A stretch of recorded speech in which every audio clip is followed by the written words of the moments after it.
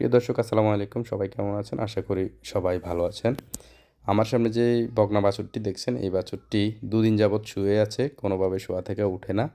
ওর দেহের তাপমাত্রা নেমে গেছে, মূলত ওর হাইপোথার্মিয়া দেখা দিয়েছে। হাইপোথার্মিয়া দেখা দিয়ে ওর ঘাড়, সামনের পাও, পিছনের পাও এগুলি শক্ত হয়ে আছে। তো ওকে আমরা ভালোভাবে উঠিয়ে বসার জন্য চেষ্টা করেছি, কিন্তু উঠানো সম্ভব হয় না। আমি পিছনের পাও ধরে ভাঁজ করার চেষ্টা করেছি, কিন্তু ওর বডি সহকারে কিন্তু পিছনের দিকে চলে যায়। তো এরপর মাথার অংশটা ধরে, কান ধরে আলগি দিয়ে ওকে বসিয়ে দিয়েছি। বসিয়ে দেওয়ার পর দেখলাম যে ওর ফিটের একটা অংশ পুড়ে গেছে। তো ওনাদেরকে জিজ্ঞেস করলাম যে এই অংশটা পুড়ে গেল কীভাবে? ওনারা বললো যে আগুনের হিট দিতে গিয়ে এই অংশ পুড়ে গিয়েছে। তো আসলে এটা এরকম হওয়ার কারণ হচ্ছে, যখন শীতে আসার আগে থেকেই বাছুরটা দুর্বল ছিল।